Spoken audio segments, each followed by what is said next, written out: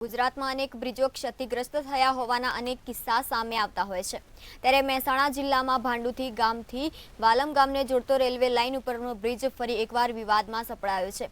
મહેસાણાથી દિલ્હી જતી railway line ઉપર ભાંડુ ગામથી વાલમ ગામને જોડતો રેલવે બ્રિજમાં બે સ્થળે સાંધા ઉપર નીચા થઈ ગયા છે, જેના કારણે વાહન ચાલકો માટે બ્રિજ મોત સમાન બની ગયો છે।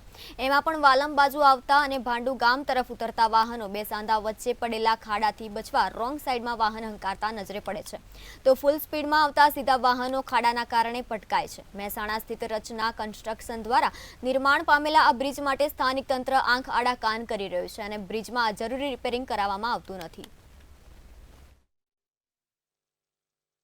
અહીંયા બ્રિજ તો બન્યો છે, સારો એવો છે, પણ કેટલાય ટાઈમથી હું અહીંયાથી આવું છું બ્રિજ બન્યા પછી પણ બ્રિજનું જે જોવો ને એવો રસ્તો બન્યો નથી। વચ્ચે આ મોટા ઢાળના બાળને બધું દબાણ થઈ ગયેલો, રોડ પુલ દબાઈ ગયો છે બરાબર, જેનું કોઈ રિપેરિંગ થતું નથી। આવતા જતાં બહુ મોટી તકલીફ થાય છે અને આ બને ત્યાં સુધી જલ્દી કરાવો એટલું મારી વિનંતી છે।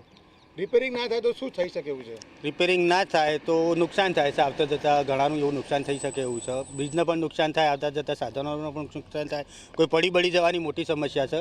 જો પડી જાય તો પણ વાગે છે, હાથ પગ ભાત તૂટતા। અહીંયા હું આ રોડ ઉપર દિલ્હી વાલમથી ભાંડુ આવું છું તો આવતા જતા રોડ ઉપર ખુબર છે, વચ્ચે તૂટી ગયેલો છે, પટકાય છે બહુ બરાબર, અને કેડોમાં પણ તકલીફ થાય છે।